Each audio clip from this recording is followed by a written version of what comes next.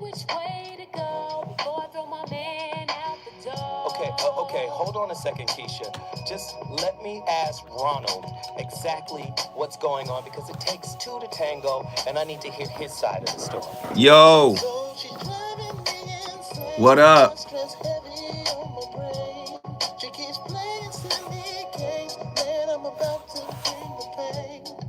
We seem to fuss and fight every day and every night.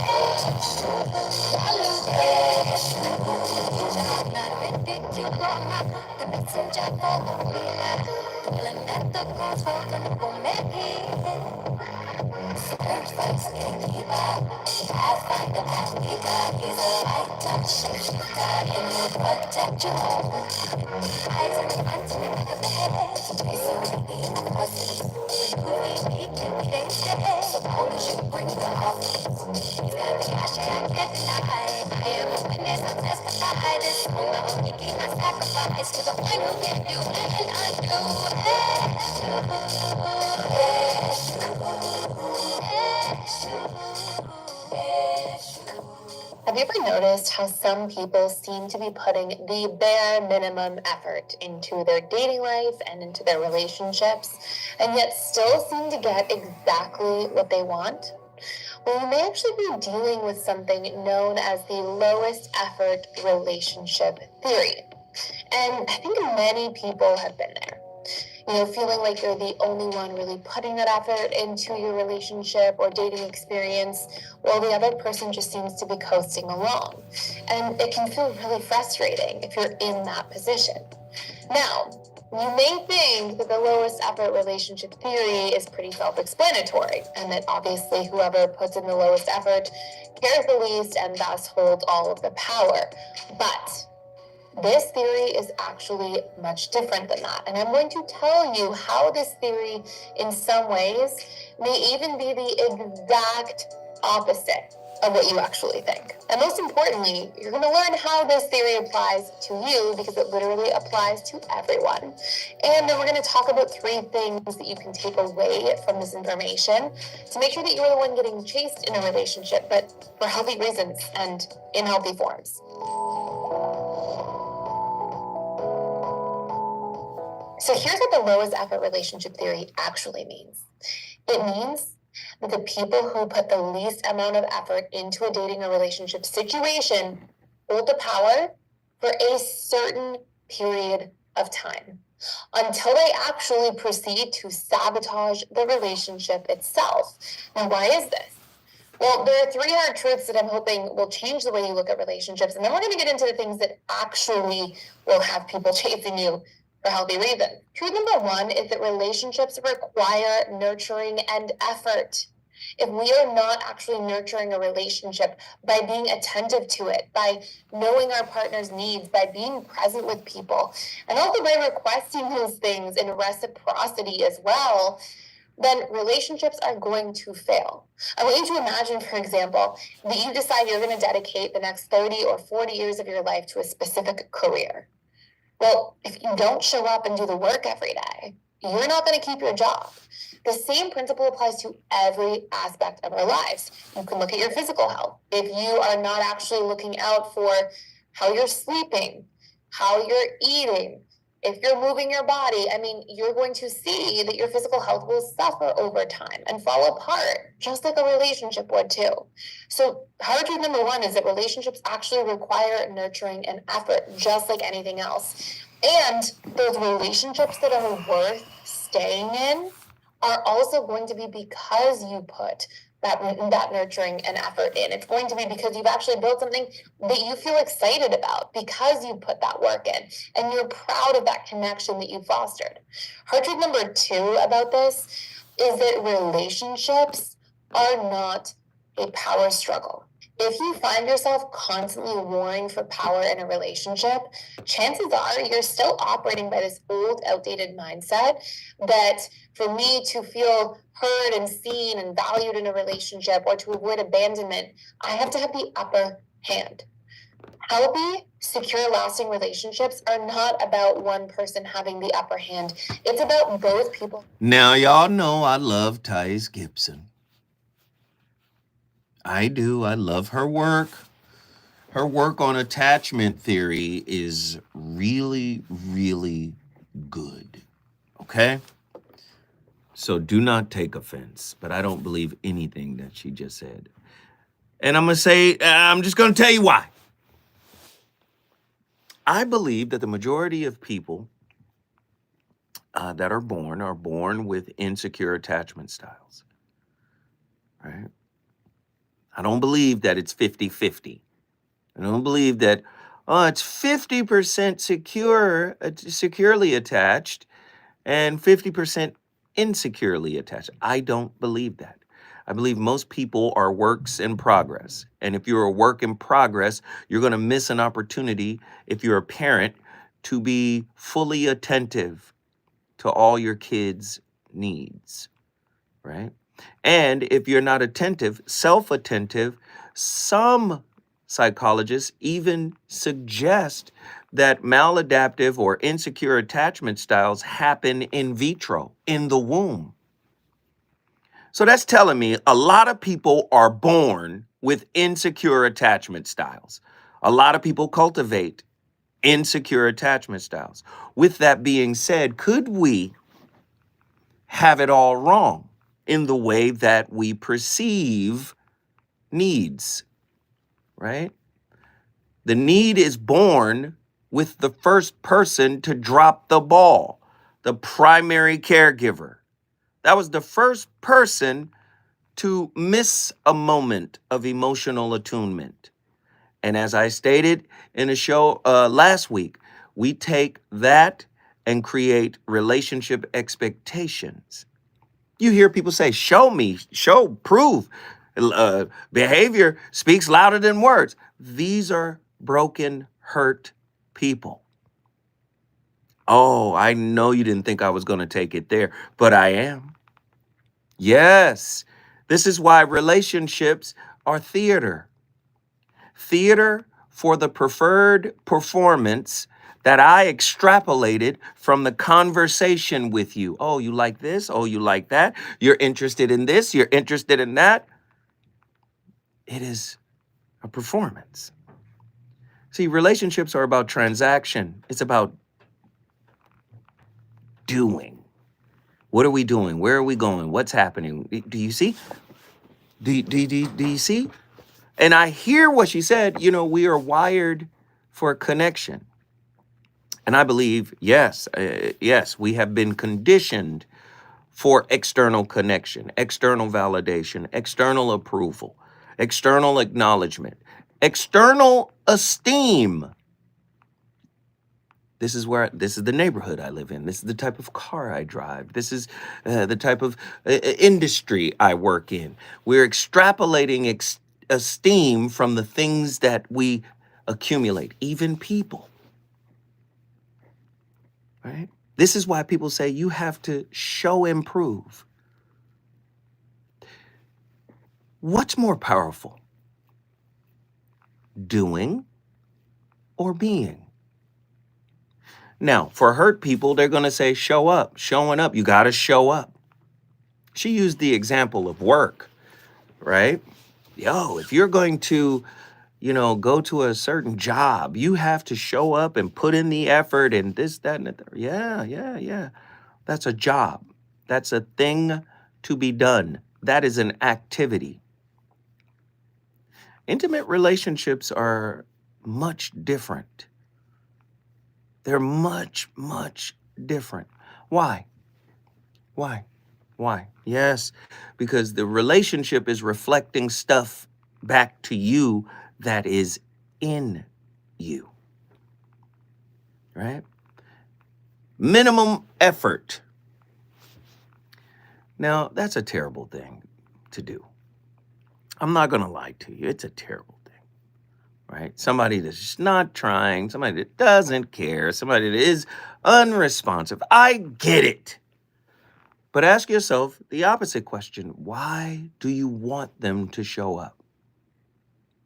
And even more importantly, why do you try to get them to show up? To me, that's reflecting back to your own, right, insecure attachment styles. Tonight's topic is going to be deep. A striver's requiem. Does unconditional love require effort in order for it to be real? A deeper look at the false correlation between effort and good relationships. Because remember, effort is doing. Have you ever connected and fell in love with a person's being? Have you connected and fell in love with your own being? Very few of us realize that the self-centered activity of effort cannot clear up any of our problems. That's J. Krishnamurti. Let me say it again. Krishnamurti got a quote for every situation. He has a concept for every situation. Listen to this. Very few of us realize that the self-centered activity of effort does not clear up any of our problems. And he's talking psychological, right? Psychologically, like a person can do everything you need them to do.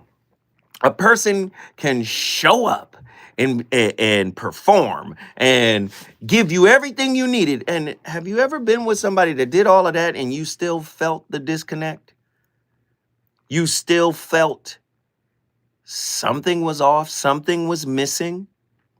So it doesn't matter what they do, even though that's what we say. We say, actions speak louder than words. You got to show up. Sometimes the people show up the right way and it's still not the right one. They did everything right. For the people out there that did everything right and it still didn't work out, please call in 1-800-920-15. Do you understand what I'm saying? We put so much emphasis on what you can do for me, we miss who they are. How many times you got with somebody that did everything right and they turned out to be horrible? Because doing something is an activity, something that can be practiced, something that can be prepared. Do you understand? Lord forbid they put a little thought into their doing. Would that not be manipulation? Oh yeah, performative relationships. Let me read that quote from Krishnamurti again. It's so powerful. Very few of us realize that the self-centered activity of effort does not clear up any of our problems. Someone with anxious, preoccupied attachment style, they're going to lean in and do everything they need to do. It's performative niceness, performative courteousness, but at the end of the day, they're doing it for something. They need the payoff. You see? The myth of effort is love, unconditional love, intrinsically effortless. Effort versus authenticity. Cultural narratives of love, the role of vulnerability.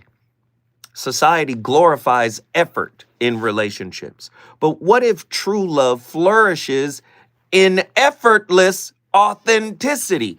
You being you. Most of us are so damn uncomfortable with being ourselves, even when we're alone. We don't like being ourselves. That's why we have distractions called the reefer, or the nightclub, or the video game, or whatever, doing things. I got to keep doing, because the moment I sit still, the real me shows up. Have you noticed people who are not really locked into who they really are want somebody else to be locked into them? You not even with you. Effort can often mask deeper issues and inhibit genuine connection. Love is not about what you do. It's about who you are. That's from Unknown, right? The quote is Unknown. Questions. Can we learn to love without the burden of effort? What does effortless love look like in practice? Performative love. Are we acting out our relationships? The theater of romance. Social media's impact. Authentic versus performative connections. In the age of social media, are we invested in the performance of love rather than its reality? What you gonna do for me, Shaka Khan said. What you gonna do for me? What you doing? Right? When we come forward, the voice of reason has questions. And I know there's some people out there that gave low effort and they probably feel like, yeah, that's why I gave low. No, you gave low effort because you're scared of vulnerability. We know that. You didn't want to do too much because if you do too much, you might be responsible for what you've done. Yeah, I see you too. When we come forward, the voice of reason gonna keep this fire lit. Let's get it.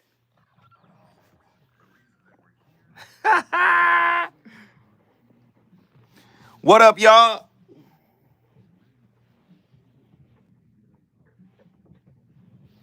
Hey, get to your phone lines. Let's go.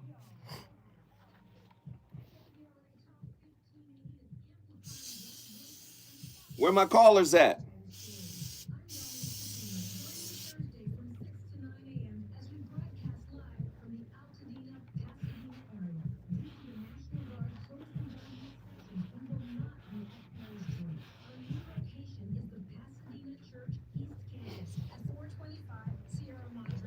Yo, y'all calling?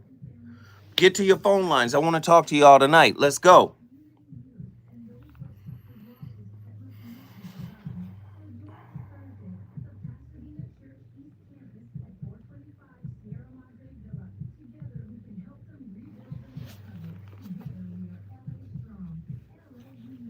We know you still setting up, Emma. Oh, y'all think y'all slick. Y'all done had a conference call.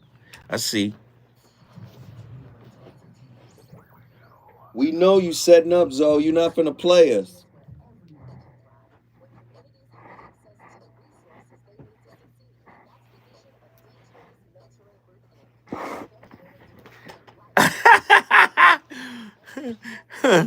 Y'all done had a conference call. You know, this nigga set up for 45 minutes. I see him.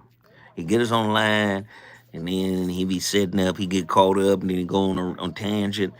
Hell no. Yeah, hopped on a quick Zoom.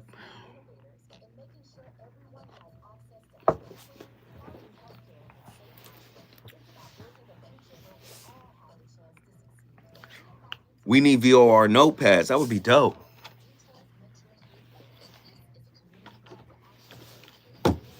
I think it's time for some apparel, some merch.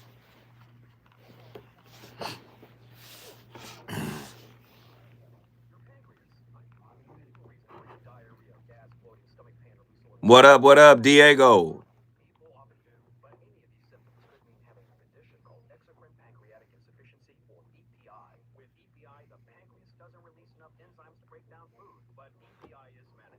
Everybody hit the like button, hit the like button. Thank you for the likes, as a matter of fact.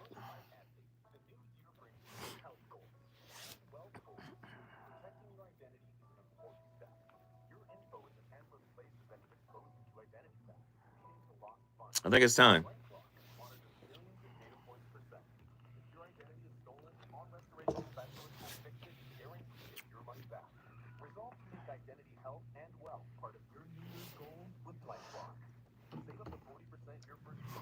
Hoodies.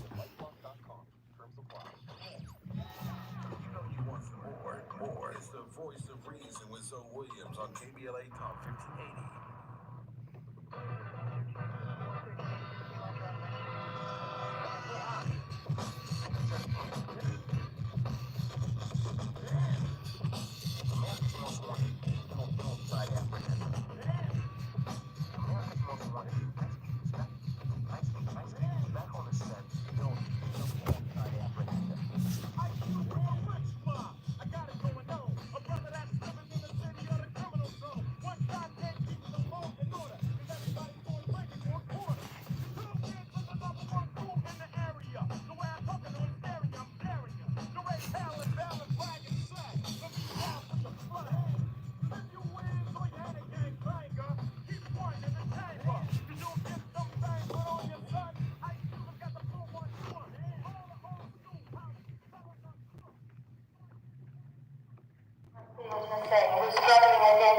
and get the other side.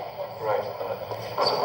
So that's what is needed before one can reach the threshold of making that other step.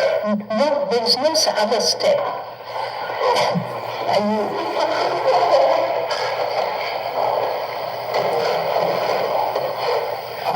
So I have made effort. My mind has made effort to get rid of this block, which is fear.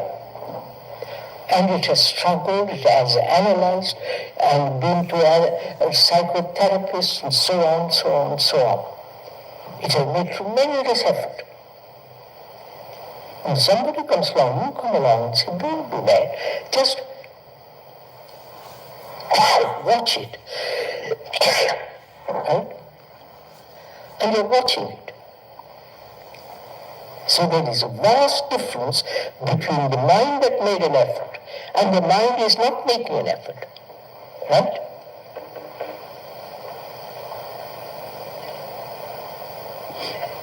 Before you're seeking a result, here you're not seeking a result. Right? Man, listen, pause that for us. There's a vast difference between the mind that is making an effort and the mind that is not making an effort. And if we're paying attention to psychology as it's progressing forward, psychology is embracing Eastern thought, especially when we start talking about mindfulness. And what is meditation? It's being able to not fight the incessant stream of consciousness, the thoughts that are constantly coming. Being able to not fight it and allow it to subside on its own. That's mindfulness, right? And it's a difficult practice, but you have to learn how to do it, right? So we're talking about mindfulness in relationships, right?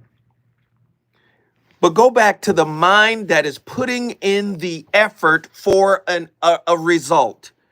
Is that not everybody in intimate relationships? When you say, I didn't sign up for this, that means whatever effort is really just an investment. You're a relationship broker, right? Love coin. That's what this is. Do you see? And this is why we live in a society that doesn't believe in this rarefied level of consciousness that the mystics called unconditional love. If you read the works of Rumi or Khalil Gibran, or you read the ancient Sufis writing on love, man, such a high level of consciousness. But you live in a conditioned life, which started with your primary caregiver and whatever insecure attachment style you may or may not have, formed.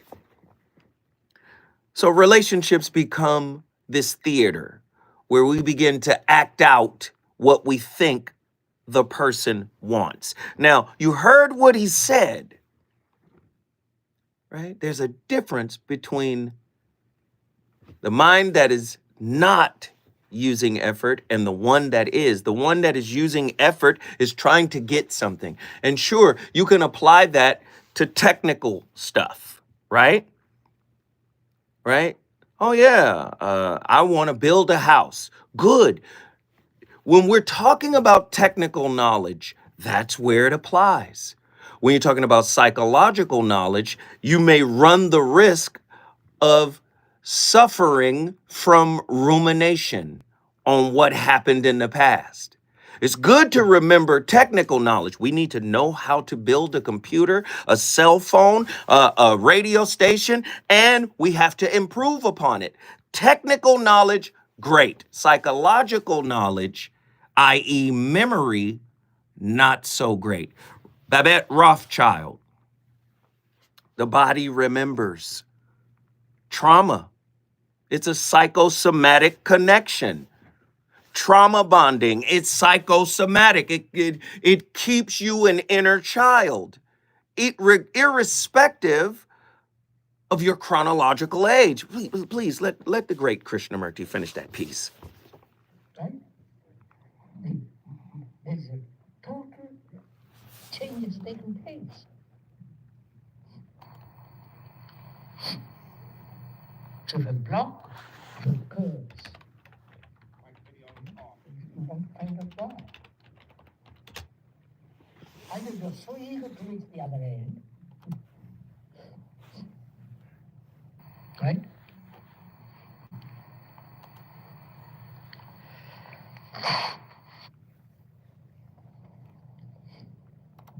Can we proceed? If so, I'm asking, we're asking each other, what is the quality of a mind that is no longer separative, that has understood the whole nature of individuality, right? The root of it, the separateness of it, the conflict involved wherever there is separation, two nations, two people, two ideas, two opinions. You follow? Wherever there is separation, there must be the expression of individuality. The individuality as the collective, as the nation, as the caste. You follow? It's all the same, in the same direction.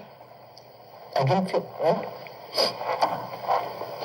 Now, if the individuality has gone, that is separative effort, then I am the world, and the world is me, essentially. I may be a little more greedy than the other fellow, but a little less jealous than me. But jealousy is the same, greed is. We're not talking about relative greed, but greed, right? It's on fire tonight. It's the voice of reason. And somebody mentioned something. Whenever I mention this book, people always mention the other book by the author, huge book. The author has been getting ridiculed. I'm mentioning Babette Rothschild. Her book is called The Body Remembers, The Psychophysiology of Trauma and Trauma Treatment. Many people mention the other book, The Body Keeps the Score. Now that author, super successful book. However, that author has come under great scrutiny because of some underlying narratives. And do you understand? So sometimes they mix them up.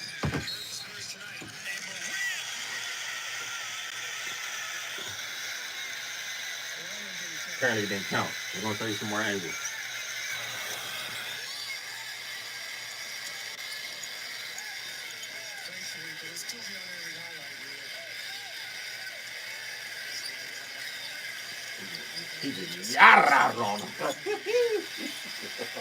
Man, John Morant is ignorant. Hey, for real. That's crazy. I'm sorry I got pulled to the side.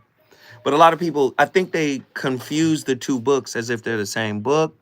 They're two different books.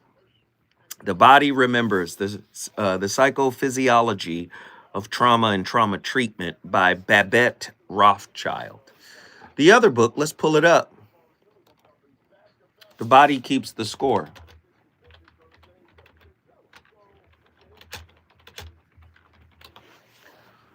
That's somebody else. Bizzle. By Bizzle van der Klok. By Bizzle van der Klok, MD. That's not the one. That's the one that's getting ridiculed. The Body Keeps the Score. The book I'm referring to, The Body Remembers. Okay?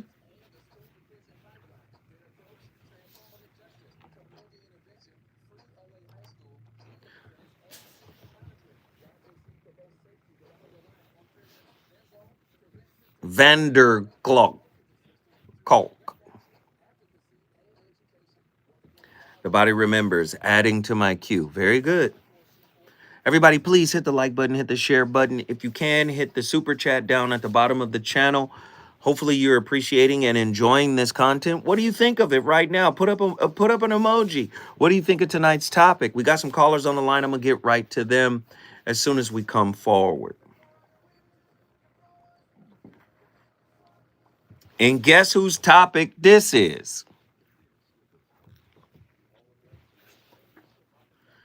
Guess whose topic this is? Party people in the place to be. Guess whose topic this is?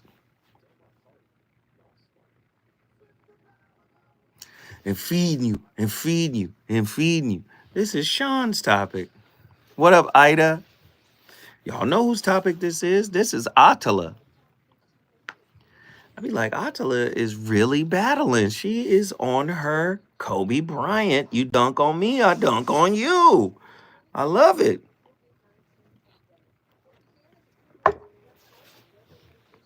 Attila be on fire, dog. Take advantage. Who knows? Ain't nobody gonna be here long. Take advantage, man.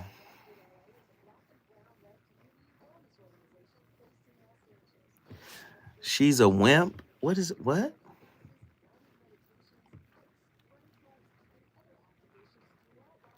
We finna fight tonight then. Damn. Hey, don't call. Hey, I'm not a guru.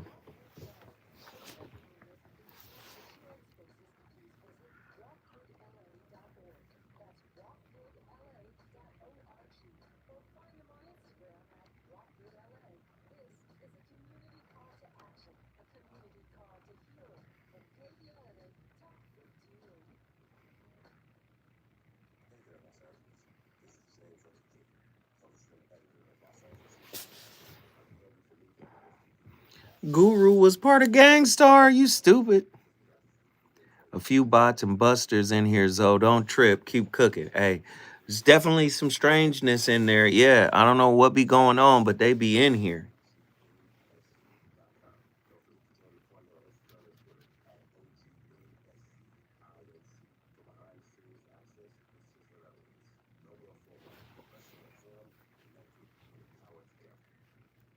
We need this work. Guru got the martyr scan. Hey.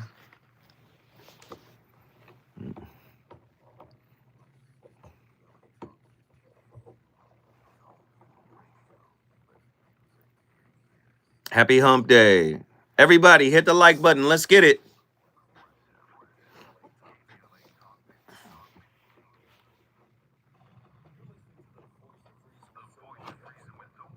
Only on KBLA Talk 1580.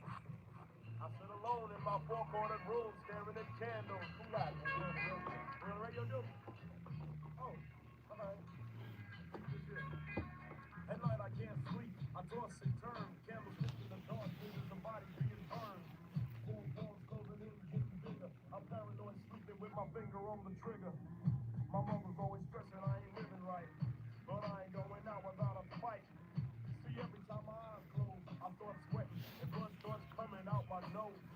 It's somebody watching me at, but I don't know who it is, so I'm watching my back. I can see them when I'm deep in the covers. When I awake, I hear a car burning rubber.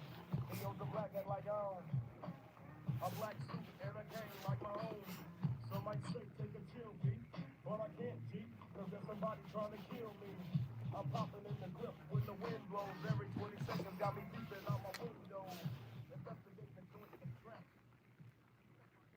All right, let's make relationships a little bit more simple. If you or your partner, intentionally or unintentionally, has no desire to build trust or intimacy or emotional safety or healthy communication, that relationship will not work, right? I mean, you can stay together, but the partnership dies because it has no foundation of actual love.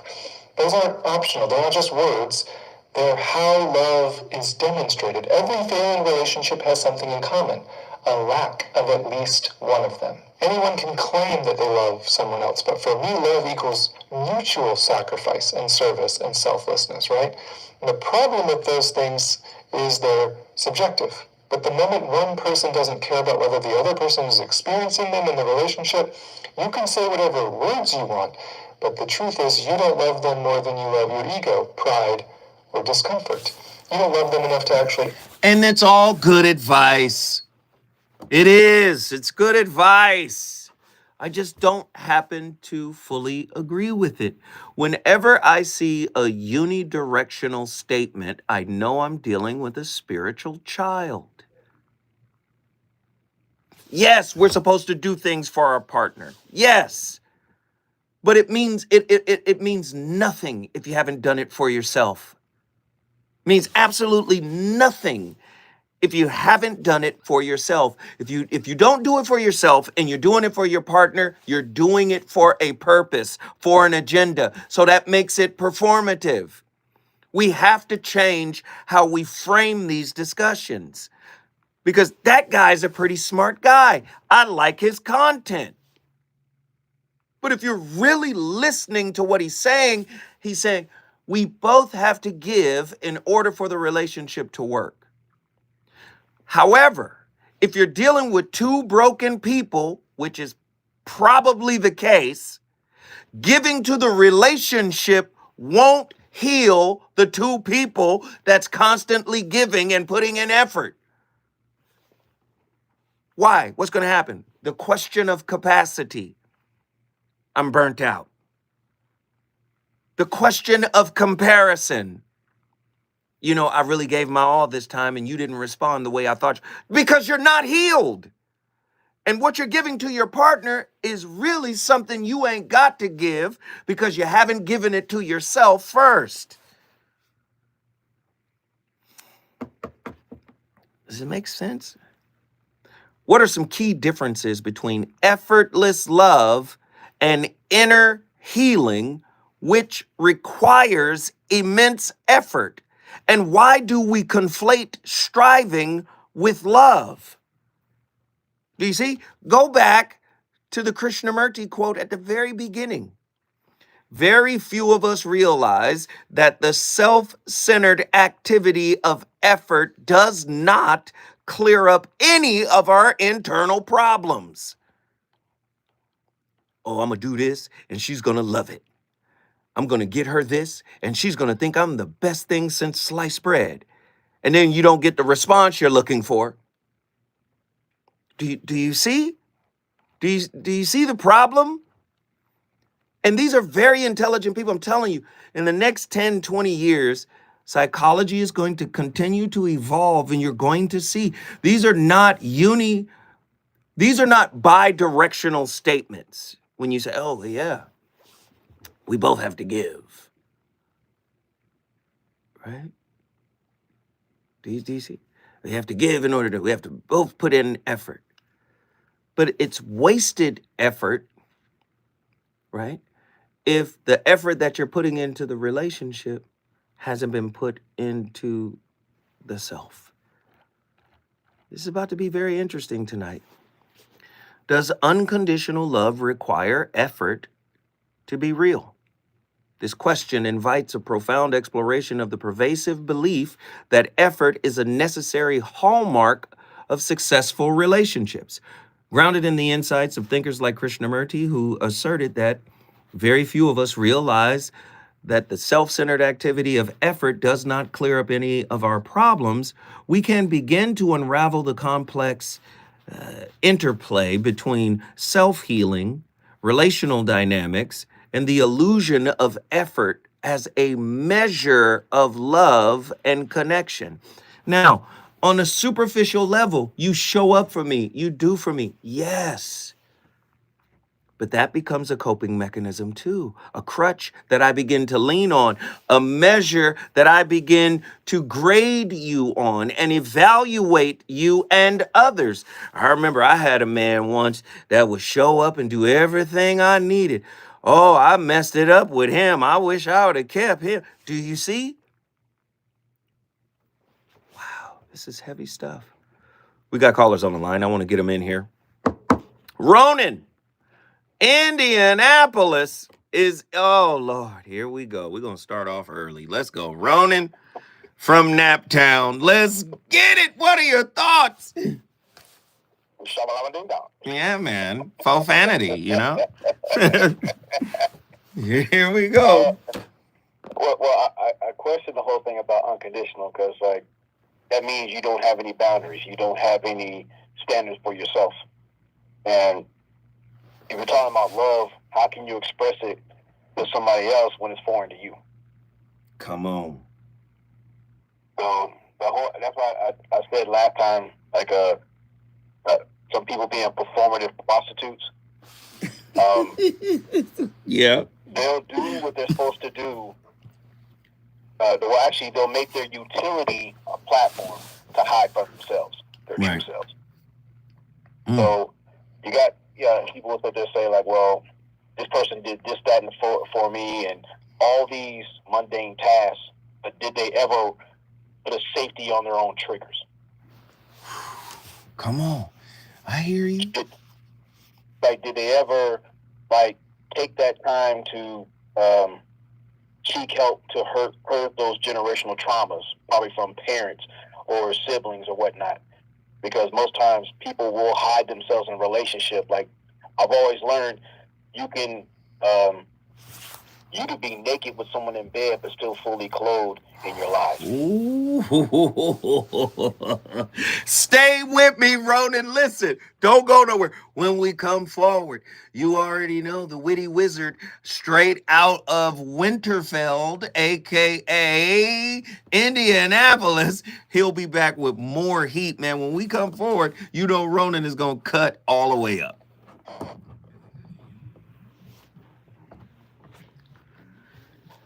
Ronan is killing. Everybody hit the like button, hit the like button, hit the like button, share it, like it, share. Hey, Andy. Is that Jerry?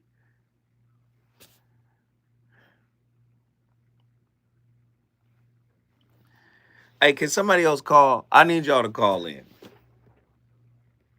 Unless y'all want to hear Jerry from Beverly Hills. So is there a need to convey a pause for self-work to a partner within the relationship before moving on? If so, what is the metric for evaluating the proper effort being attained in you? So what you're doing is, and just by how you're writing it, you're writing in terms of systems. Like anybody who writes like that, like I'm seeing the way you wrote it, metric. You're writing in terms of systems, right? There is no system. If you're trying to get your partner, right, to start, say, their healing journey, first off, it's really, when I tell you that's personal, that's so damn personal that you, as an outsider looking in, just like what Ronan said, you could be butt-ass naked in bed with somebody, but still fully clothed psychologically. So they know when to start, their spiritual journey better, way better than you, because there are parts of themselves that they're afraid of, and you damn sure got to know that they haven't revealed that to you.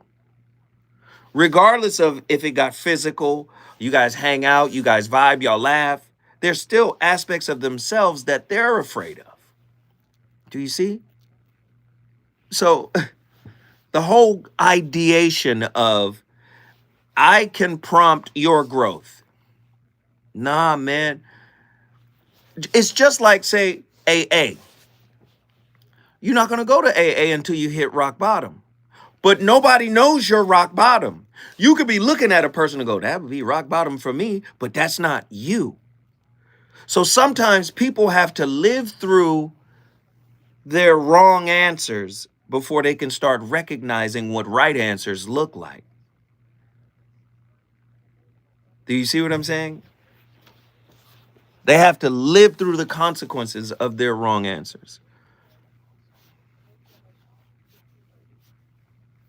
And oftentimes as partners, like I said, we become like, I'm learning, you should be learning. Like, no.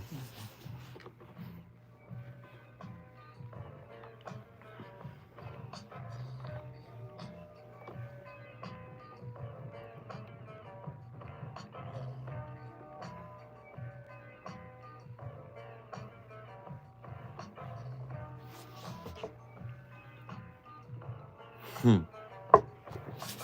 Just waking up in the morning, gotta thank God. I don't know what The day seems kind of odd.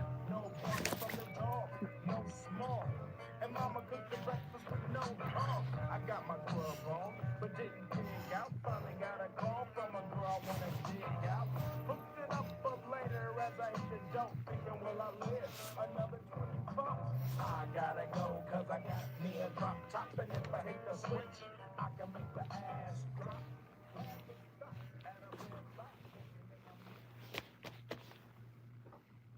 About some resistant things and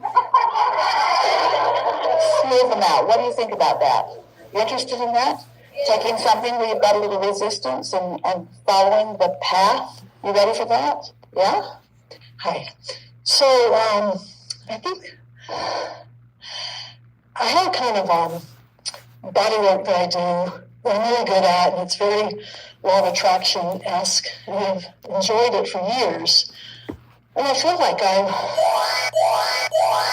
want to do something else. And I feel like I get kind of caught up in knowing good at what I do, and it's been the path of least resistance for a really long time. Or is it? Well, I know. Even more, I don't think it is, but it's like it's what I do. But that's why we're asking the question. In other words, if what I do and the fact that I'm good at it, but how do you, and so maybe a lot of other people are telling you you're good at it too, and maybe a lot of, and so there can be a lot of confusion. But if you're just sorting it out for yourself, how do you know if you're on your path of least resistance? Thank you. I mean, when you were talking all this morning, I'm like, yeah, this is it. This is my thing is how do you know when you're on your own path of least resistance? Sometimes you place it in juxtaposition with other things. In other words, you compare it to other things. But the thing that we really want to help you feel in a really clear way, and you're a perfect person to feel it because you are sensitive to energy, is, of course, let's say a really obvious path of least resistance. There's a lot of traffic, it's the freeway, and you want to get to the other side. Is bolting into traffic the path of least resistance? Well, that's really ridiculous, isn't it? Because of course it isn't. And yet sometimes we want it not to need to be so obvious, because of course it's a path of least resistance in the fact that it satisfies this and this and this. But if you are an expanding being, and if you like new and change, then is something that you've been doing for a long time and doing it exactly the same way going to always be, or even for a relatively short period of time, going to be your path of least resistance? If you are an expanding being and you're doing a lot of the same things, then maybe there's some resistance because the expanding part of you isn't being satisfied. Yeah. So does that mean that you need to run into traffic? No. Does that mean that you need to stop everything that you're doing? No. But it does mean there is something fresh, even within what you are doing, that could be more satisfying than what you have been doing. Yeah. It could be the way you're looking at it. It could be how much of it you're doing. That's Abraham Hicks, Esther. And she's talking about how this hamster wheel of doing equals results. But love is about unconditionality, the real thing. The real thing is unconditional. A lot of people don't agree with that. And I'm going to say this. I'll posit this. Everybody is born with some type of attachment style. That attachment style is created by a primary caregiver. The primary caregiver conditions the child, right? With emotional attunement or the lack thereof. Either way, the child is being conditioned. So it makes perfect sense that conditioned beings don't understand the unconditional nature of love. They understand love as what they've received as opposed to what they emanate. Okay. All right. Let's get Ronan back in here. Ronan, Yes, sir. finish your thought, my friend. Okay, so my thing is like, if you say that you love yourself or love the person you're with, that requires you to be willing to work.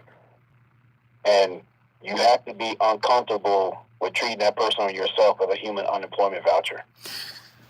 Because there's too many people out there looking for unearned benefits. They get complacent. They figure this person's with me. But the thing is, you don't. When you sit there and put yourself in that position, that's a contract to remain poor and broken. An unemployment. Wait, say. A human unemployment voucher. What is that? Just give me that analogy. Okay, so most times when you stick to welfare or unemployment, it's supposed to help, but most people abuse it. So in most cases, you take on that contract to remain poor. Mm-hmm. You're only supposed to be limited with the income you work with. So in the context of love, you give the bare minimum. Like, you show up, but that's no different than relationship time card fraud. You clock in, but you're taking 2-hour restroom breaks. You run around here not doing your job, and basically people are watching you, and you wonder why you get terminated and have the nerve to complain. Relationship time card fraud. Breadcrumbing and just giving the bare minimum. Boy, you crazy. But he's making sense. This is why I love when he calls in, because he understands the concepts. We are so focused on what people do for us that we miss who they are, because we've missed who we are for so many years. So it now just boils down to, what are you doing? Yeah. Do you see? And I wanted to say, like, one last thing. It's like, if love is about labor, Ooh. do I trust you with the workload of me evolving and vice versa? Nah, you on to something right now. Let's go. Hold on. Yeah. Love for another, right? It's not about labor. Mm-hmm. Love for self is about labor. Yeah. When you don't put in the love labor to love yourself, in other words, to embrace, to individuate, right? To merge your shadow with your mask. If you don't put in that work, then love for another becomes labor. Yeah. This is when people start saying, I don't have the capacity. I'm burnt out. Oh, Lord, I got empathy fatigue. That's because you've never tapped into the source of God in yourself. You still think you're the little hurt person that was traumatized in childhood. It's irrespective of chronological age. Does that make sense? Go ahead, brother. I'm sorry. It makes perfect sense. No, you're right. Because the thing is, like, if I love you like the way I say I do, I know you go through things, and I can feel the weight you have on yourself, and you should feel that same way too. So your effort should be helping that person to become a better mule, not your mule. The effort has to be internal, though. It's never external effort. If you find yourself saying, hey, did you like the gift I gave you? If you find yourself saying, do you understand what? Hey, were you ever going to return my text? Do you see what I'm saying? It's not about, see, and then the person that is concerned with, Right. did you return my, why didn't you return my text?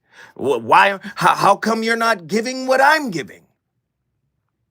That person is broken too, because internally, once it doesn't come back organically, that person should fall out of their life like a dead leaf off of a tree in the fall.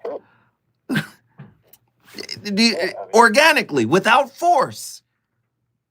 Yeah, I mean, it should be relationship commerce, not, cannibalism. Man, stay with me, brother. Don't go nowhere. You stay right there. We got Ronan from Naptown, and he done woke up the dragon. Let's get it.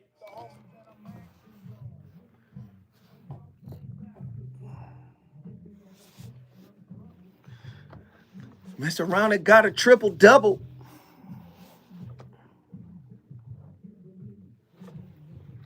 Hey, thank you, brother. That's our first super chat of the day, the DV Project. Apparently, you like tonight's conversation, but you should get on the phone. Get you some Dayquil and some NyQuil, mix it together. The Dayquil will offset the sleep in the NyQuil. You'll be all right. You can talk.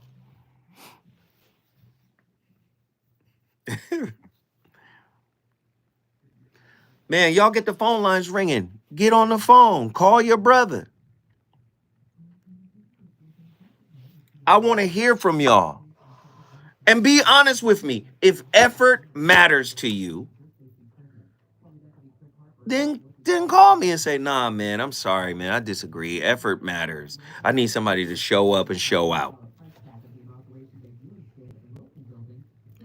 Call in.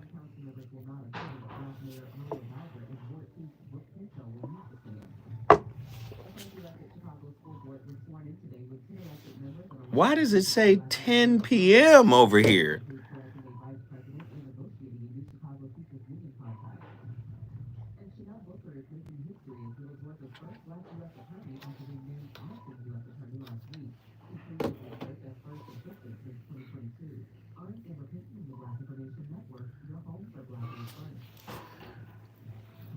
This is why I make it a point to be counterintuitive. And I'm not being a contrarian, I'm being counterintuitive. There's a difference. A contrarian is somebody that just wants to disagree. I don't want to disagree. I'm looking at these psychological concepts. Andy's right there. He just walked in. I'm looking at these psychological concepts and I am seeing holes and flaws in their construct. And I'm saying a lot of these psychological constructs are devoid of spiritual wisdom. They have the scientific method, right, embedded in them, which is about replication and results. Do you see? Sometimes spirit was, the answer is maybe. Sometimes spirit is said, no, it's not maybe, it's blocked. But it's blocked for your protection. Say, that's not in the spiritual discourse. Become your cellmate. Does black love still exist? What are your bedroom turnoffs? Fantasies and fetishes. Financial infidelity. I'm dating a fat person. Are they worth the wait? Trust me, this gonna be crazy. How about this? The child wasn't his, and you still had to pay child support. It's a very heated topic. Oh, is that right? Mama's baby, daddy's maybe. I just have so many questions I want to ask you. I was like, is this going to be way up there? Damn. He told me he had a vasectomy. I'm pregnant. Trail has been committed. Huh? How does he maintain his hump Wait. He likes it when it pinches my nip. Why can't you open up? I don't know the address. I mean, I know where it's at. How do you write women so well? So Williams. Reason Gotcha. and accountability. The voice of reason. It's easy for people to think that they're better than they are. It's not surprising that everybody wants to think that. I probably want to think that about me. So then you'll get angry about something. Maybe your partner puts you down in public. doesn't show you the respect. Maybe you're married, saying husband and wife owe each other a certain amount of categorical respect. Maybe you've taken a shot in public and you're really angry about it, but you don't notice it because you want to think that you're better than you are. That sort of thing doesn't upset you. And so you don't say anything about it. You don't do anything about it. And then you don't fix it. And that's a mistake. It's much better. You could say to your partner, look, we were out for dinner tonight, and you said something snarky, which I didn't think was appropriate. Now, I might be hypersensitive and touchy and immature, and maybe you hit me in a weak spot, or maybe you're playing some power game. Why don't we figure that out? Now, that's messy. People don't like conversations like that, but I won't let those things go. And he's describing what we do in relationship. He wasn't describing a relationship that was about being. I want a love where we can be ourselves, where we can just be, where being together is more meaningful than seeing the sights together. We create the tapestry. We create the painting. We, out of our being, create this fantastic chemistry, this fantastic power, this synergy, right? Us, the being of me merging with the being of you, creating a phenomena, an event that taps into the undivided source of divinity that permeates throughout the universe. That's a real relationship, right? That's a real relationship. The relationships that we have, like he just described, being snarky. You're being snarky for a reason. You're doing something to elicit some type of response. And where's that coming from? Some type of emptiness, some type of spiritual childishness. Our relationships are predicated on performance. Let me perform the apology. You know what? That performance was compelling. I accept your apology. But I'm going to perform but I'm still going to hold this over your head because you actually did it and it hurt performance. Right? When we start getting to deeper levels of consciousness, you start to understand a human being is flawed because they're born conditioned. And unconditional love is not a date you set, but it is an arrival point that you can get to if you are excavating your spirit on a daily through non-judgmental self-observation, where you don't condemn the wounds you find. Do you see? Cultural narratives have long reinforced the notion that effort is synonymous with love. From fairy tales to romantic comedies, the message persists. Love requires hard work. This belief is often rooted in societal conditioning, where relationships are seen as a series of tasks to be accomplished rather than an authentic connection to be nurtured. What is nurturing? Is nurturing doing? Listen deeply. Is nurturing doing? Do you see? Hurt people need things done, and hurt people turn around and do them. Sometimes they do things, right? Let me do something to get what I need. Other times they do things to hurt the people who didn't give them what they... Do you see? Doing has taken precedent over being. Attachment theory further complicates this dynamic. Individuals with anxious attachment styles may equate effort with worthiness, leading to a cycle of overachievement that prioritizes doing over being.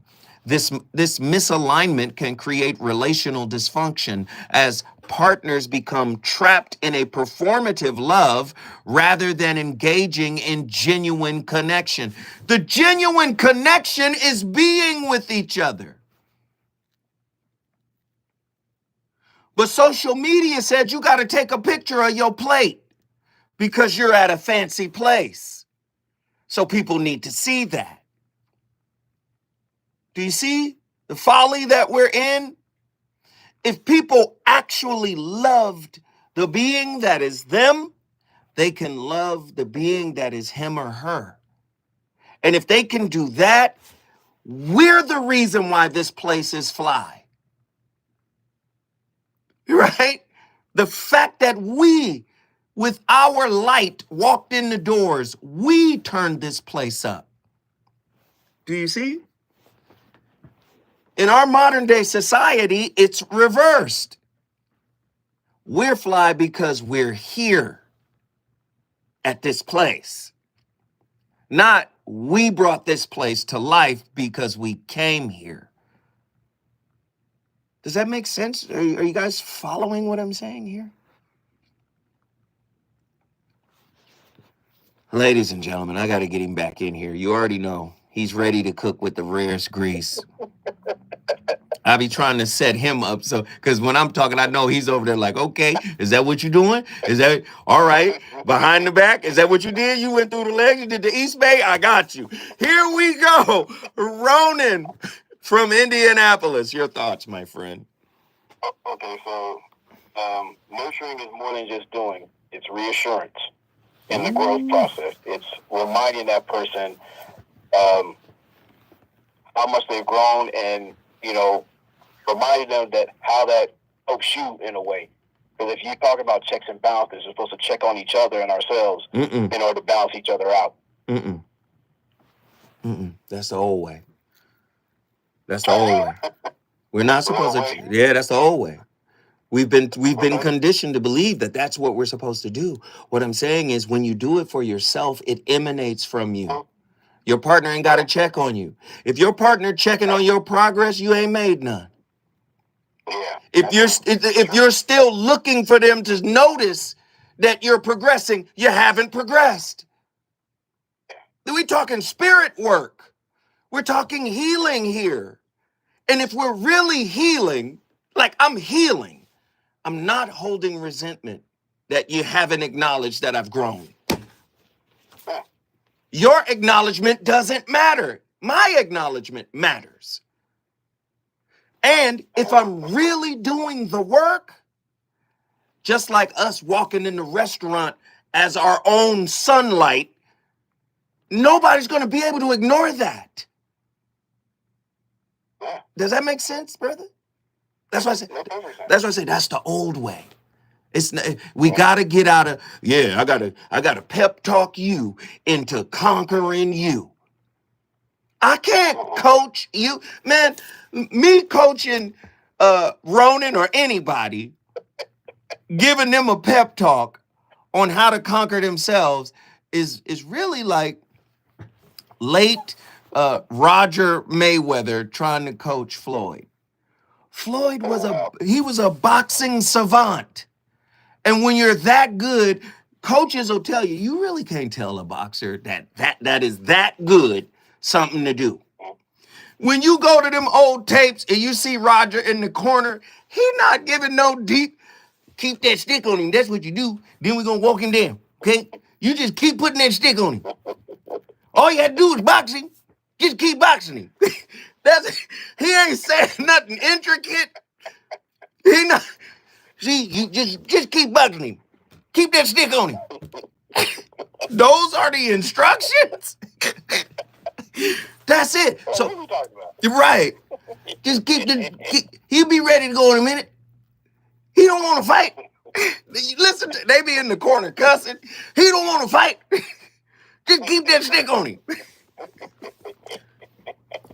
And I'm not saying that the guy that wasn't a great trainer. Of course, he was a great trainer. But what I'm saying is, when you're dealing with somebody who's doing the work and they're getting wins, like Dr. Pacoya McCall states in her win journal, where you're journaling your wins. But these are internal wins.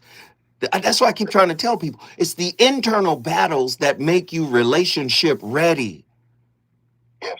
No internal battles will lead to a whole crap ton of relationship expectations that your unhealed wounds feed on. Go ahead, finish your thought. I just like you get tired of being the glass jar of relationships.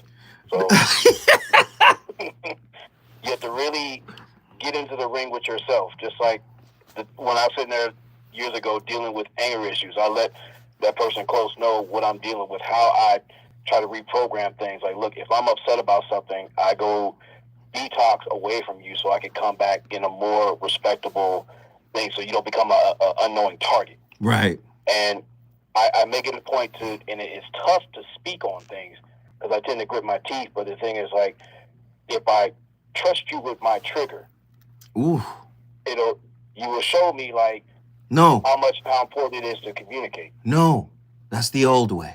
That's the old way.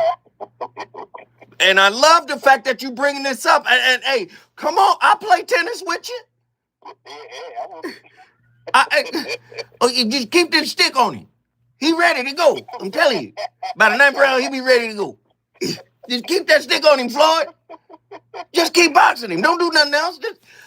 Why I keep saying that's the old way. You're not supposed to trust your trigger with someone. You're not. You're not. You know why? The person is the mirror. What comes back is your curriculum, right? The biofeedback you get from your partner is your internal curriculum. You're going to be triggered, and now it's your responsibility to understand the origin of the trigger, to understand when the trigger was created, to understand the power of the trigger. Yeah. Krishnamurti, self-awareness, right? All these spiritual gurus, all of these ancient belief systems, Christianity, Islam, all of them have this self-awareness piece. Know thyself, to show thyself approved. Listen, so much information is in you that you're supposed to curate. Yeah. You let a person showing up in your life and doing things curate how you feel about yourself. Do you see? You don't trust them with your trigger. All you get from them is the reflection of your trigger. The reflection of your trigger is like a spiritual alarm clock that says, that wound isn't healed yet. True. Now I got to go put work in on this wound. That's what the person is in your life for. It's not, no, what I'd like you to do is tuck my wound in, Benson. Mr. Belvedere, can you take my wound in the room? You wouldn't let nobody take your kid somewhere, right?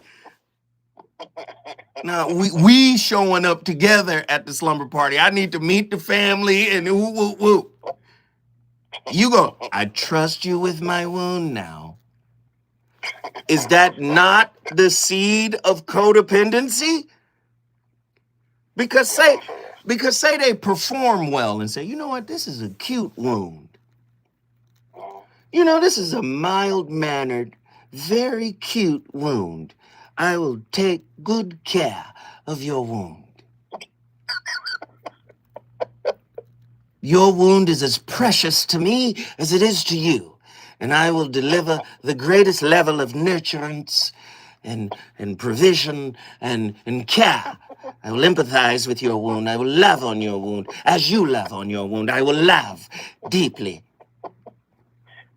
Leave us. Leave us? Leave me and your wound alone together? So you think you get to just hop off into La La Land and somebody watching your wound? That's a burden on them. Who gonna watch their wounds? And then what if they're just performing to get in? Seen that? Yeah, seen that. So what wound trust. Drop your wounds off at us and we will lock them away for you. This is not how this works. The person shows up in your life to reflect you back to you. You are to say, gosh, I'm triggered. Oh my God, the anger, emotional dysregulated. Oh my, I don't know what to do. I want to fight. And you're supposed to go, wait a minute. Where is this coming from? Hold on. Do you see? So we got to get out of the notion that your partner is part of your process with regards to the work that is to be done. The effort is on you internally. When the effort is on the other, that means you're not healed.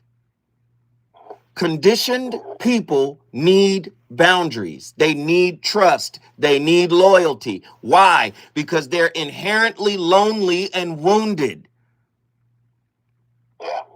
So the only way to love is to have someone conform to all of the protection that they have around the pre-existing wound, which keeps them spiritually immature. Does that make sense? I need to trust you with my trigger. She's gonna shoot you, man. She got her hand on the trigger. She gonna shoot you with your... You mean this red shiny version? Right. Pew. Wait, hold tight. Ronan got me on fire tonight. Listen, when we come forward, I'm going to speak to Ronan one more time, then I'm going to Mississippi.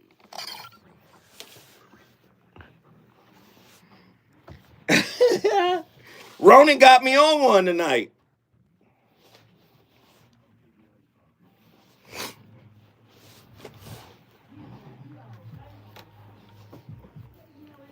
Okay, now y'all tell me, if motherfuckers ain't hitting that cash app or the super chat, we got $10 on this show. I think I accidentally did some things that I shouldn't have done because Ronan got me going.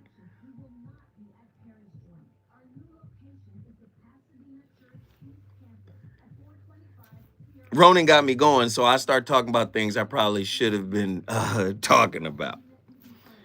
Because, you know, motherfuckers be listening. Hey, I ain't never thought of it that way. Let me do a round table saying the same shit this nigga said without citing him.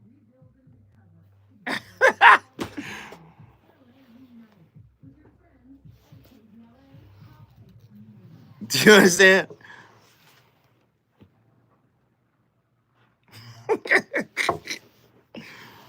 But do you see how I'm framing it? And Ronan is setting me up like he's CP3 and I'm a fucking Blake Griffin. I'm doing, yeah, I can't help it. Ronan throw it. Ah.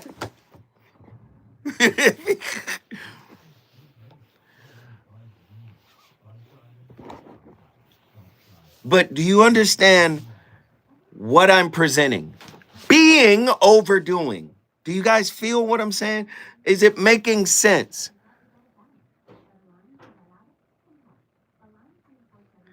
Nah, I'm way more explosive than Wimby.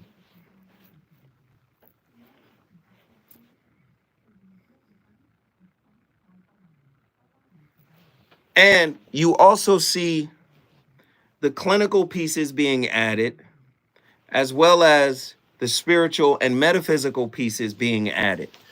And you're seeing that gray area that separates the two, right?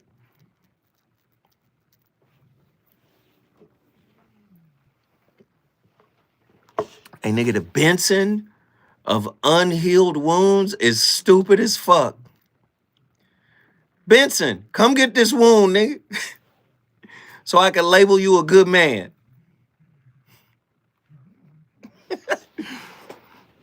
The math is math, and I just need to make sure, because, you know, I be amped.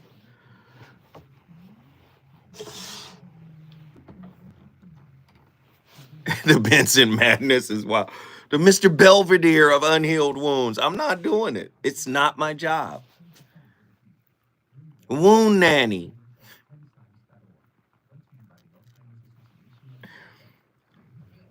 All right, here we go. Hey, what record?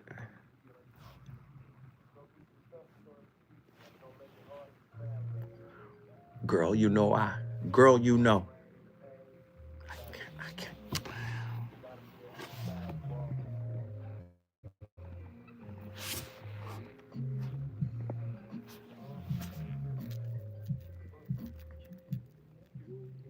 Girl, you know.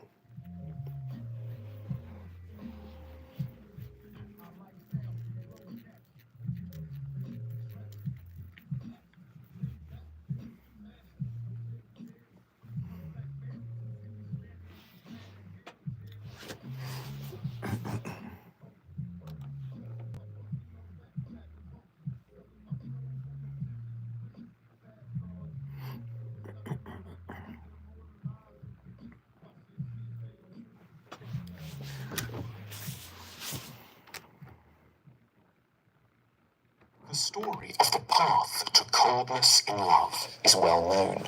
We start off full of affection for one another, and then, with time, feelings fade. We start prioritizing work. We check our phones while they're speaking. We don't especially want to hear how their day went. There's a popular surface explanation for this kind of emotional frost, that people naturally get bored of one another in the same way as they get bored with everything else.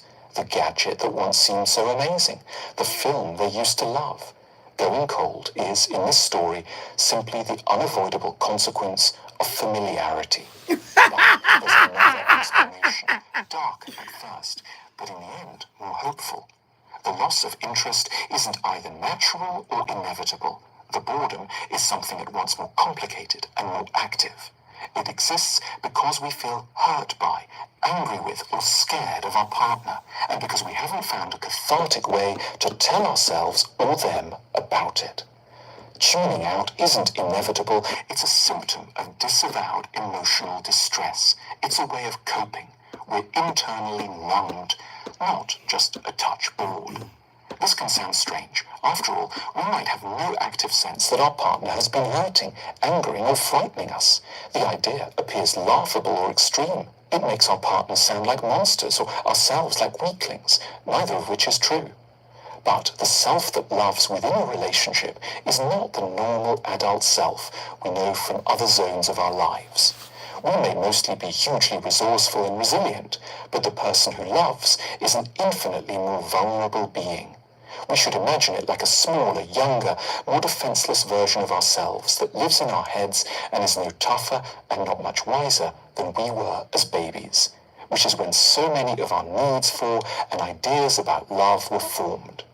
It's this vulnerable self that continues to direct our hearts, even if we're 6'2" with a pointy beard. The loving self has a gossamer thin ego. It gets hurt, frightened, and upset with desperate ease. You could deeply distress it by interrupting it during a story it's telling you about the sandwich it had for lunch, by not asking it enough about... Oh my God, he's killing y'all. I say y'all like I ain't a part of it. I'm in there too. That's why I cut him off, because it was starting to hurt. But again, most of what we do in intimate relationships, and you guys can disagree if you want to, I don't care. But most of what we do in intimate relationship is self-centered. I'm doing it for something. Be honest. You don't know many people that do it just 'cause. I'm just doing it just 'cause. Just because. I give this example all the time. The Good Samaritan in the Bible didn't go post what he did. There was no, he didn't have somebody go draw up a news article. They had to draw back. They had to paint an article. He didn't put it out in the streets. He just did it because that's who he was. That's what the moment called for. Right? It's being over doing. And many of us are doing because we are pursuing. I'm doing because I'm in pursuit of something. Acknowledgement, validation, approval, acceptance, worthiness, right? I'll become a relational overachiever if you acknowledge that I'm the man. I'm the man, ain't I, baby? Yeah. Then you don't know the intent or the origin of the yeah. I'm the man, baby, huh? Yeah. Where's the yeah coming from? Is it coming from you, stupid little simp? I know how to play you. I'm sorry. Krishnamurti's critique of effort as a self-centered activity reveals a key insight into relational struggles. When individuals strive for control, validation, or repair within their partnerships, they often distract themselves from deeper inner work that is essential for healing.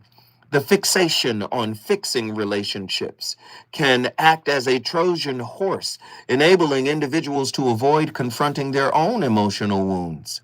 This self-centered striving can perpetuate cycles of control and dependency, leading to an illusion of connection that ultimately distracts them from the authenticity that lives within the entire human experience. I want you to perform. That's what I need. I need you to dance. When I come forward, I'm going to wrap it up with Ronan, and then we're going to Mississippi. You already know what that's going to be like.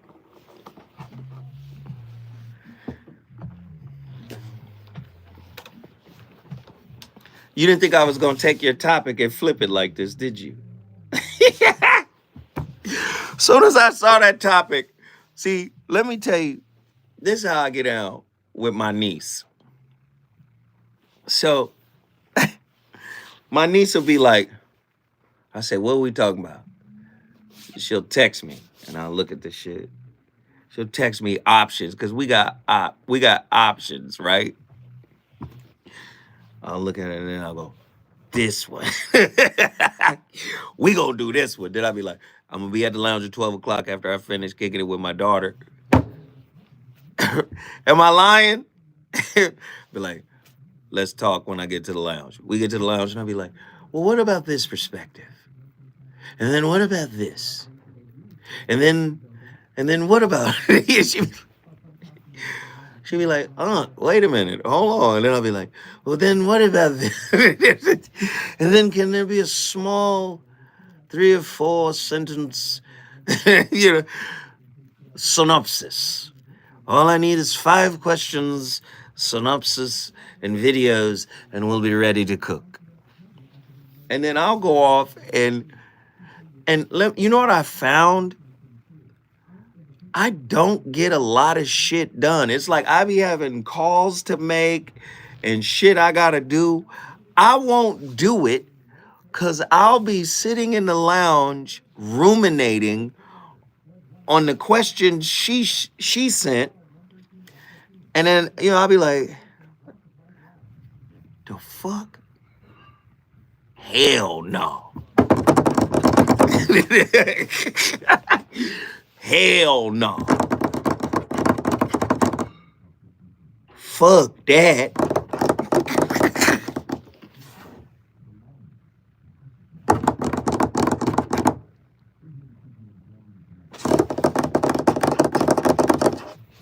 Put that shit down.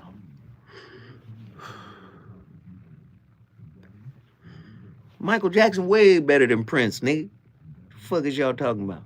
They different, but the nigga better, man. You can't even fuck with the nigga Impact, dog. Impact. Niggas want to have sex to Prince music. It's beautiful. Beautiful music. I love it. He's the greatest. He's right there with Mike. But Mike is the greatest. Crazy people. 8 to 80. Dumb, crippled, and crazy. Everybody there. Different kind of thing.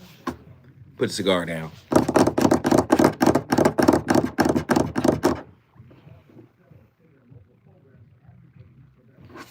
Text her again.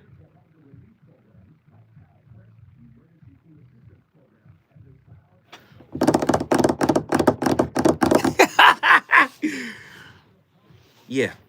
The last wound bender is dumb as hell. Y'all in here wildin'. And is it me? Oh, somebody just hit The DV project. Let me check my Cash App to see if anybody showed any love there. 2 Cash Apps, LS Jefferson and Ronan. I appreciate it. I mean, Big Mama used to say can't get blood out of a turnip.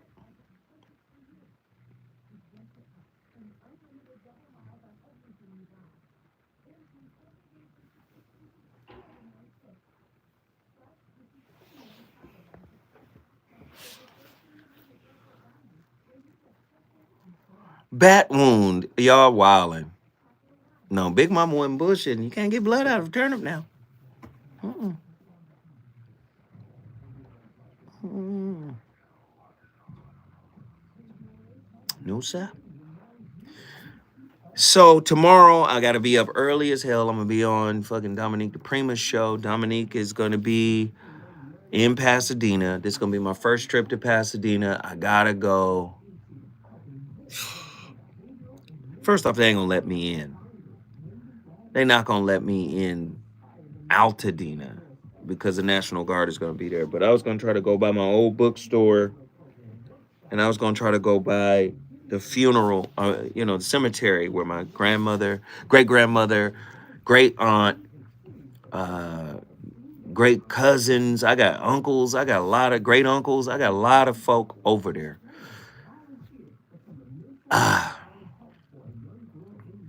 I gotta go over there. I gotta get there. So we're gonna see what that looks like. And of course, I'm gonna have Dream Luxury with me. I talked to her today at 3 o'clock. She said, "Child, I gotta go to sleep at 3 o'clock. I gotta go to sleep in 3 hours." I said, "Go to sleep at 3 so I can be up when you come." Like, yeah, we gonna go to Dina. She funny. It's Scary Wounds 1, 2, 3, and 4.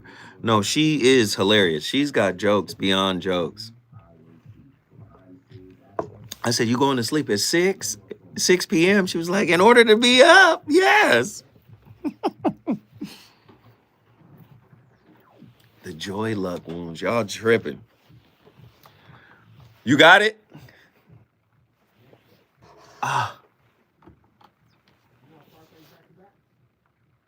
And then we could do Ice Cube Baby.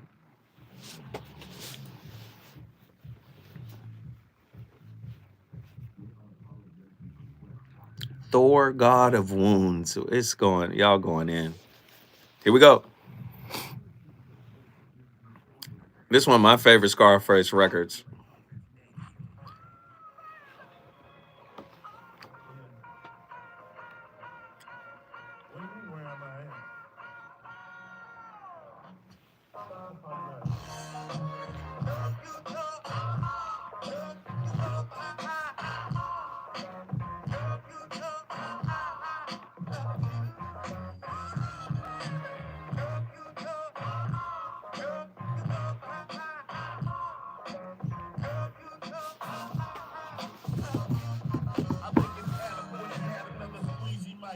Not an ate those fruits, he leaves life. Hard to even keep him in the more deceiving wife. Figured Adam had a weak spot, and she was right. I just call it how I see it. She in love with him, and he in love too, but still in touch with all of them. Can you imagine you unlock with one breeze for life?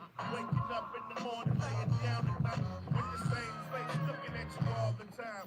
Realizing now that happiness is hard to find. You wanna go out and try to find that smiling face, but she's always mad and the sex ain't great.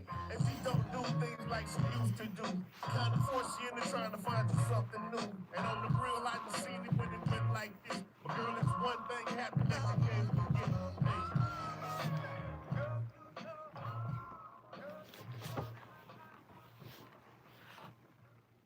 People can disagree or agree with whatever. If you talk to me about anything, art, music, politics, whatever, maybe I'll disagree with you with almost anything that you say. But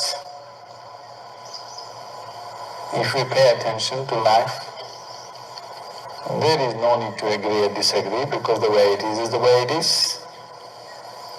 Nobody agrees or disagrees about that. But about culture, about clothing, about music, about politics, about art, we can agree and disagree endlessly, isn't it? And the more we disagree, it gets better. Yes? Yes or no? About things around us, if we disagree, that is, if you're joyful and disagree, if you're a miserable wretch, then if you disagree, you will fight. If you are a little sophisticated in your head, disagreement always leads to betterment of things, isn't it? Suppose you and me disagree how this should be arranged. We can sit here and debate about it for the next 2 days and then maybe come up with something really beautiful. But the moment we disagree, I ain't mad at him. Little disagreement goes a long way. I'm not mad at what he's saying. Let me get Ronan in here for his final thought, because he's been on for a minute and he's been cooking. Ronan, give me your final thought, man. What's your final summation of the ideas and concepts that have been presented by myself and you during our discussion here? What are your thoughts? There's no honor in picking the scabs that we acquired over the generations. So I need that time to not just heal, but actually be comfortable with that healed state. That's with anybody. Man, guess what you just did, my friend? Indianapolis back to the building. Naptown is in the building. Please understand, wounded relationships serve as relationship theaters for a bunch of performances. Relationship often serves as stages where individuals with unhealed wounds seek external validation and acceptance. This performative love is characterized by actions that prioritize appearance over authentic emotional engagement. As individuals enact their wounds through relational dynamics, they may inadvertently create environments where intimacy is sacrificed for the sake of effort. The psychological costs of these dynamics can be profound. Partners may feel trapped in roles that perpetuate their insecurities rather than fostering genuine connection through authenticity. The relationship cannot be authentic unless the people in it are authentic. Do you see? Nikki from Mississippi in the building. You already know it's about to go down in the town. Ladies and gentlemen, without further ado, Deaconess Nikki is about to cook with the rarest grease. Come on in here, Nikki. Hey. What are your thoughts on tonight's topic? Okay, we gotta stop using this word effort Ooh. when we talk about love. Why? Effort is the use of energy and focus to achieve a goal. That is not the kind of love you're talking about. Scripture says that we produce after our own kind. If your kind doesn't have love in it, it can't reproduce it on the outside of you toward anybody or anything. Come on. One of your questions was, what does love look like? Mm-hmm. Okay. It looks like how you clip your fingernails and toenails. It looks like yes, come on. How you take a Band-Aid off of your body. Are you a snatch it off kind of person? Or are you chop around the edges? Right. It looks like how you cook something for another human being or yourself. If your first ingredient is not love, the kind that you have on the inside of you already, then it might not be well. Biscuits might might be like hockey pucks. Cakes may not rise. It looks like when another person who doesn't know you sees how you move through the earth, through the day, if they happen to see the place where you dwell, when they come in there, they will see love there. Not the kind that maybe the bed looks made up, but when you pull the blanket back, the pajamas are in a ball, the sheets are real pulled tight. It's not that one. But the love that is in existence that causes you to pull the fitted sheet properly, to fluff the pillow, perhaps to fold the pajamas and put them under the pillow, even if your significant other isn't in the habit of doing that. It looks like when you have been beaten up by the world and you go to that one person. For me, that was Mama and Papa. They said, "Now, baby, there is nothing you can do in this world that will make us stop loving you." Here we go. You gotta know that in your knower. And then you can produce that on the outside of you. It doesn't require effort because it is part of you. It doesn't even equate to consistency. It does take practice. But when you practice it enough, even the consistency isn't a part of the equation because now you're just being that. And it's coming out of you. You are the lamp because now you got the love on the inside. So when you show up in whatever room, light will shine. You don't have to change temperatures because you set the temperature when you get there. Why? Because you have love on the inside of you coming out. You can't help it. You got to can't help it. No effort. What am I gonna do? I can't say nothing after that. What? No try. No, keep going. Don't stop. Keep going. We can't. People are leaving this earth. You live in a place where metric tons of earth and people have been displaced. People leave here. I'm talking about the physical world, having never been in the shadow of what the love you're talking about is. Not the experience, just the shadow of that. Oof, come on.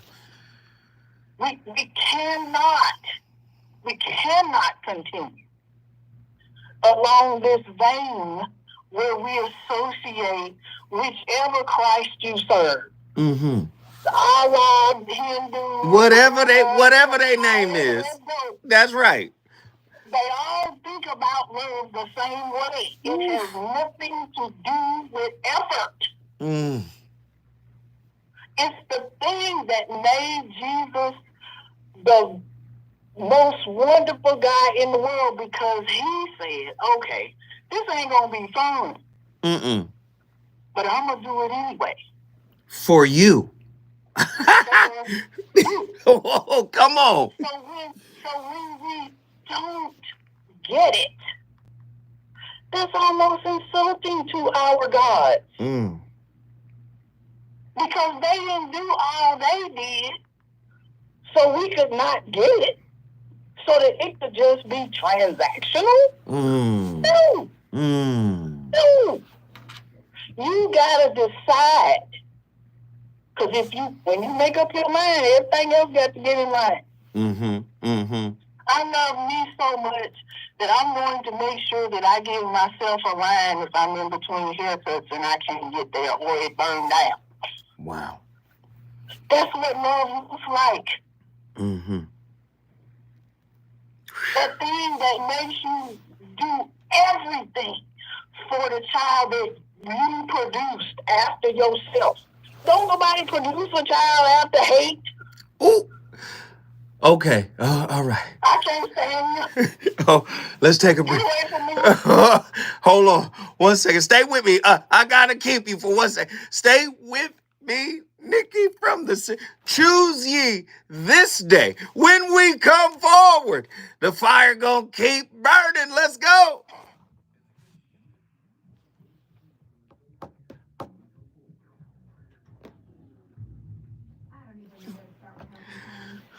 Man, Nikki out here wilding.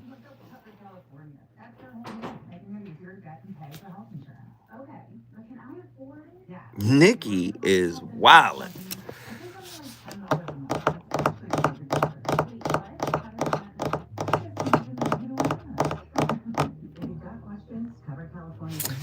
I think after I think I'm gonna do a little stupid ass show tomorrow. I'm gonna do like astrology or something.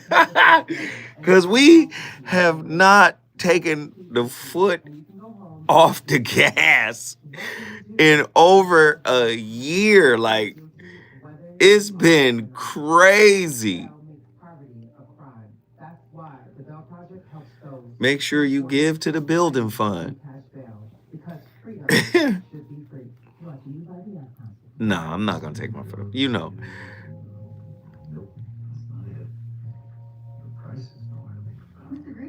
You said that the last time. I love us, man. I want us to get it for real, for sure. We should type today.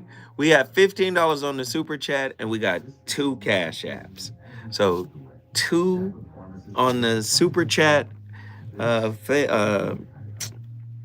YouTube, and 2 on the cash app.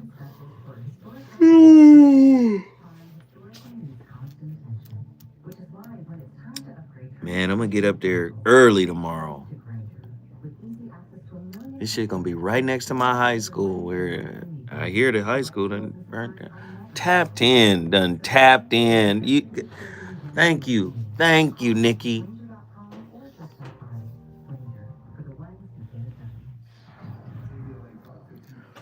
You gotta change the way they think, Andy.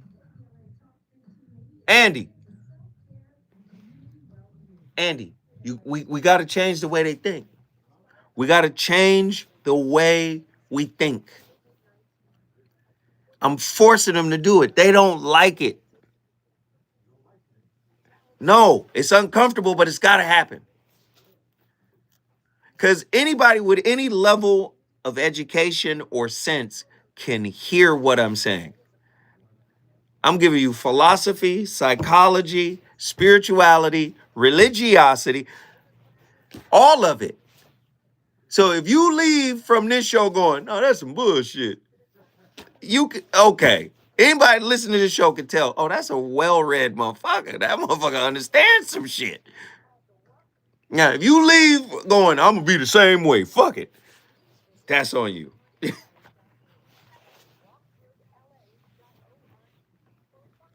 Yeah, you could practice it. Huh? Absolutely.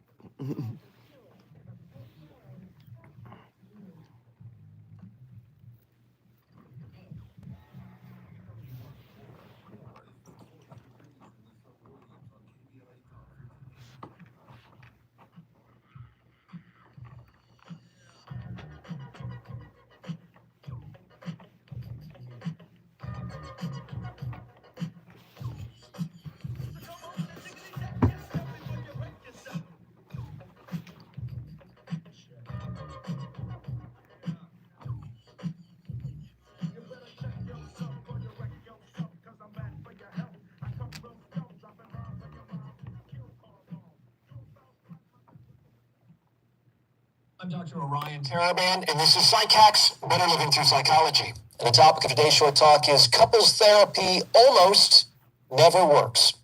So I might take some heat for this one, but I am not a big fan of couples therapy. I have not seen it associated with a high degree of positive outcomes. And I think this is true for a number of reasons, several of which I will be discussing in this episode. So let's jump right in. First and foremost, what many folks who have never been to couples therapy often fail to appreciate is that in most couples therapy, the client is the relationship. The client is not the two individual people in the room. The client is the relationship between them. As such, the therapist is going to be advocating for the best interests of the relationship. This means that the therapeutic intent is typically to perpetuate the relationship, or in rare cases, when both parties are on the same page with termination, to help dissolve the relationship harmoniously. So, why is this problematic? Well, in the first place, it means that one or both of the parties might be supported to stay in a relationship with someone they absolutely have no business being in a relationship to begin with. A couples therapist is not going to turn to the man in the middle of a session and say, "My dude, you need to get as far away from that woman as possible." Personality disorders hardly ever go away entirely, and it can take years of hard work just to get them under control. Ooh. Again, it ain't effort. It's being.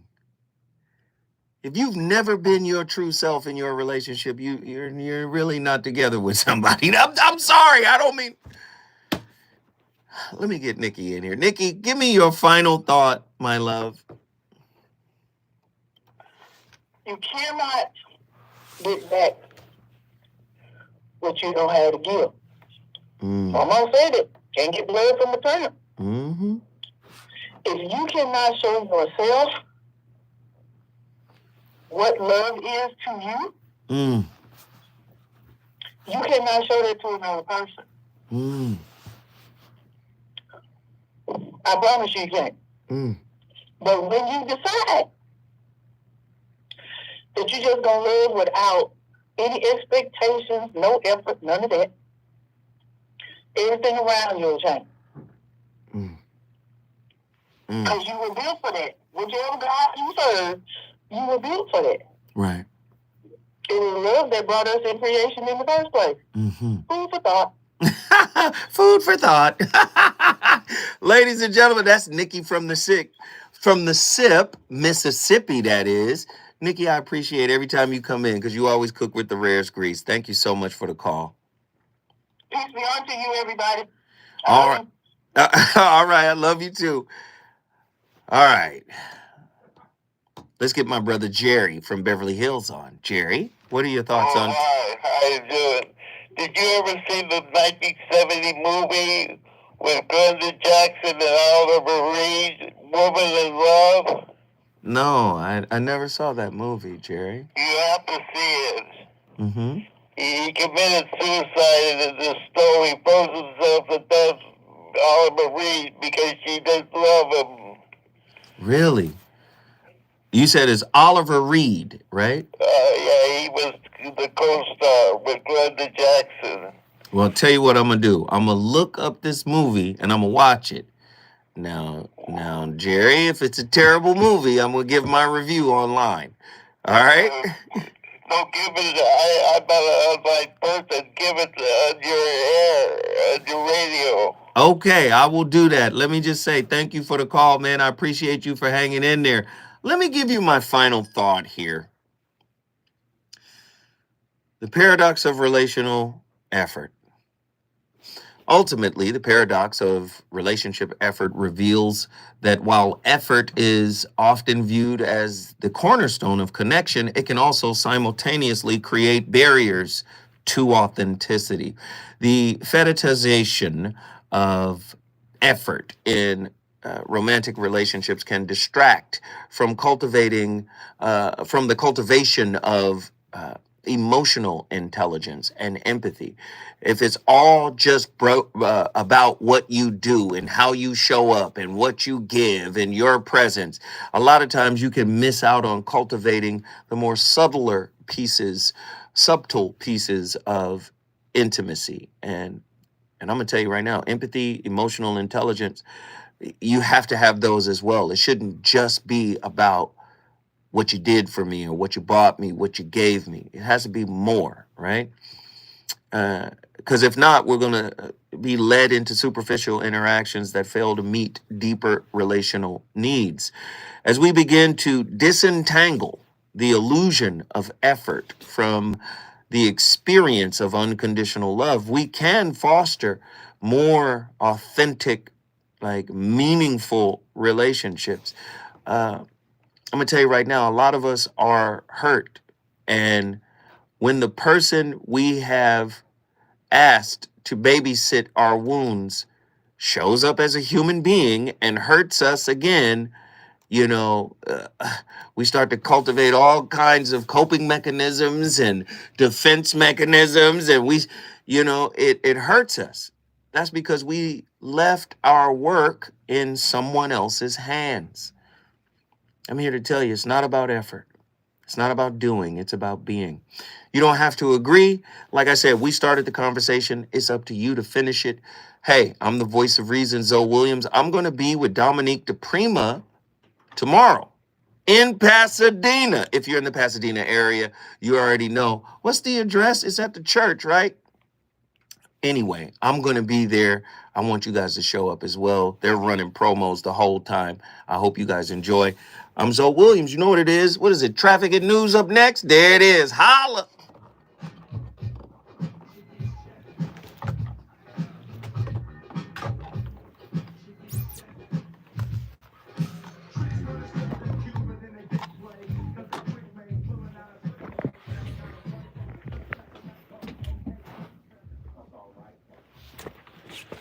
You already know what it is, bro. You killed, I killed, we killed, bro. Hey, you know somebody named Jody Jebs? No. Okay. Why? Gotta be a troll. What did they say? Somebody said, hey, Zoe, I live down the street. Come on over after the show. No, I'm cool. Holla at you, pimp. I'm straight. All right, there, y'all. Deuces.